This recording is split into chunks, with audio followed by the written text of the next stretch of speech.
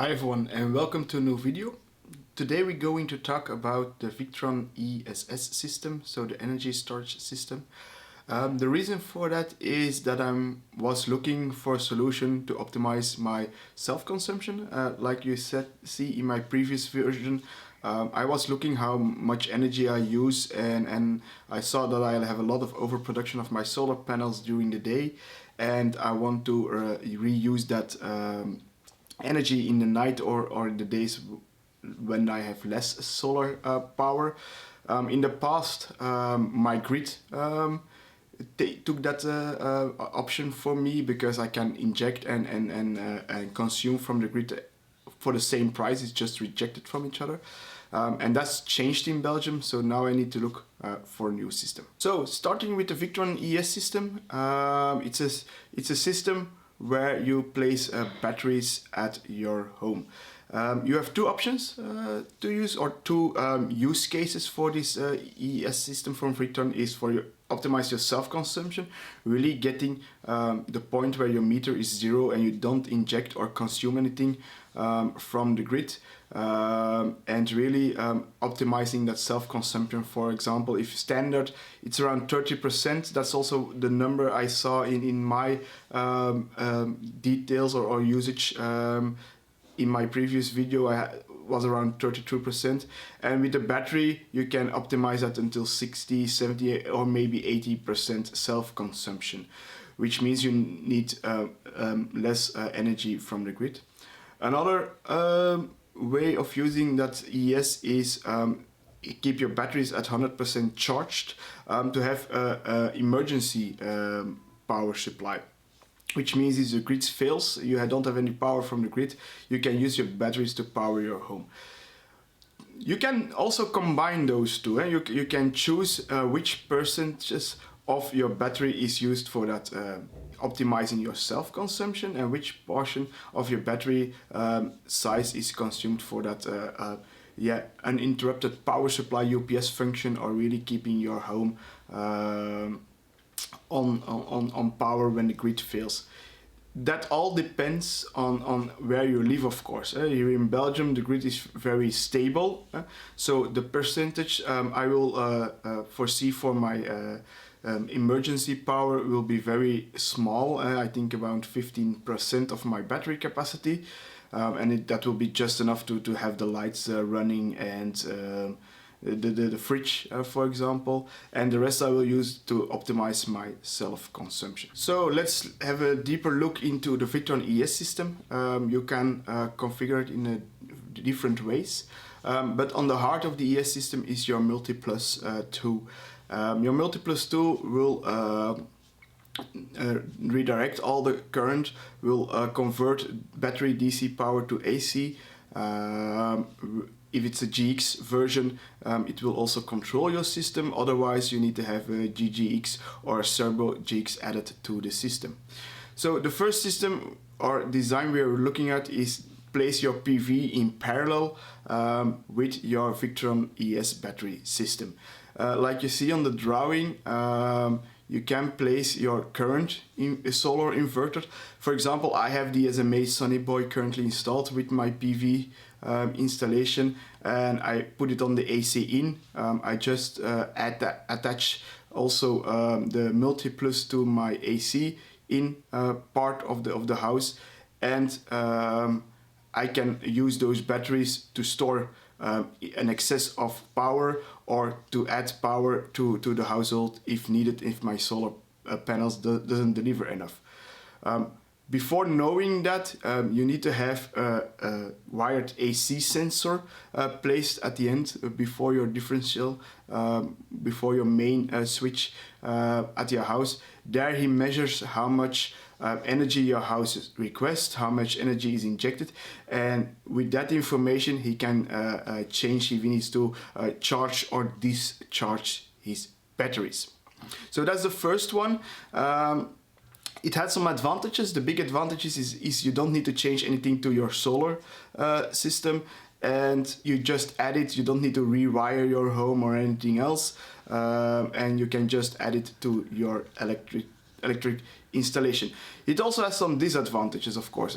So the first one is that in case of a power failure, you don't have your PVs supplying power anymore, because the grid is disconnected at that moment, and your solar system is directly connected to the grid. So that's cut off because of anti-islanding mode, so that you don't inject power into the grid when the grid is down and they are working on it, for example, because then you can get some hazard situations for the technicians. Also, in this case, you will convert a few times from DC to AC and from AC to DC.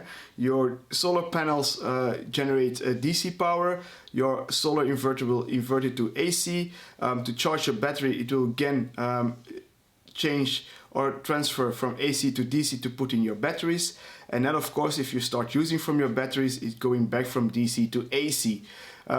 Which means, of course, that you have some loss in that conversion, but it's the most cheapest system. You don't need to change a lot in your household. So the next possible scenario is an AC coupled PV.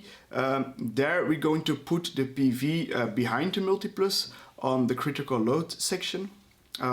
It will just do the same as before. It will still measure at the end of your normal loads at your house what was the usage and everything else.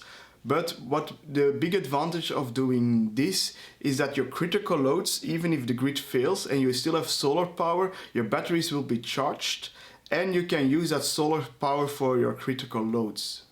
That's important to say.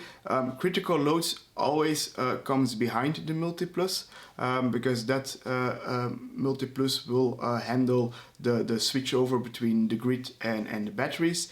Now you have some advantages there, that in case of grid failure, your solar panels, your solar inverter will still keep working and supplying your non-critical loads, but even loading your batteries. And then you have the last scenario, which is a DC coupled PV installation, where you put not a solar inverter, but a solar charge controller, where you put a device that converts your DC power from your solar panels into DC power for your batteries. What's the main difference there? Solar panels works at a higher voltage than your batteries. Your batteries works at 12, 24, or 48 voltage, and your solar panels sometimes produce more than 400 volt. And it's also fluctuating. It's not always the same voltage. It's really depending on the amount of solar. The number of voltage will be higher or lower. But for a battery, you need a stable voltage.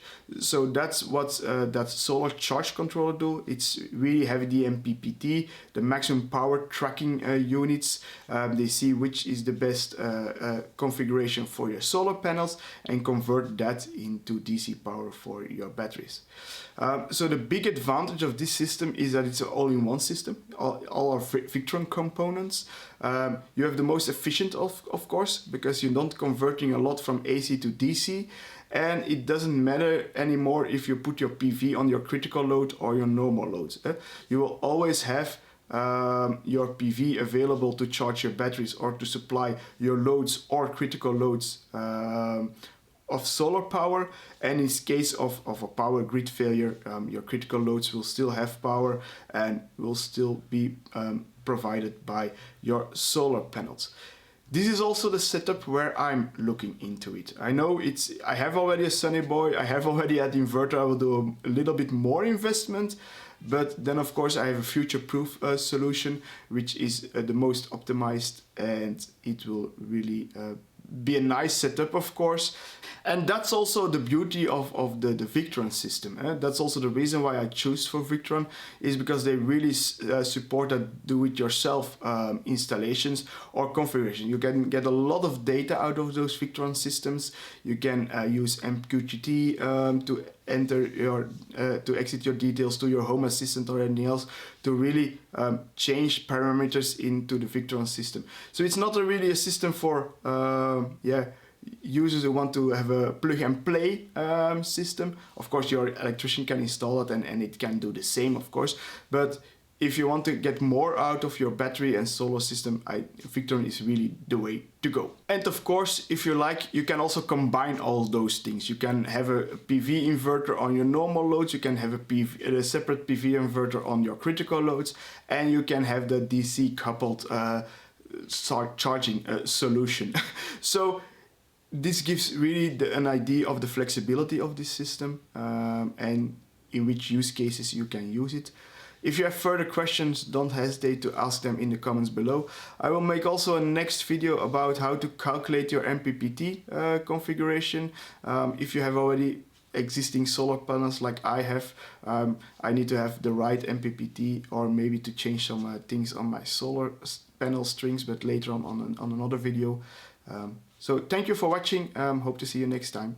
Have a nice day. Bye.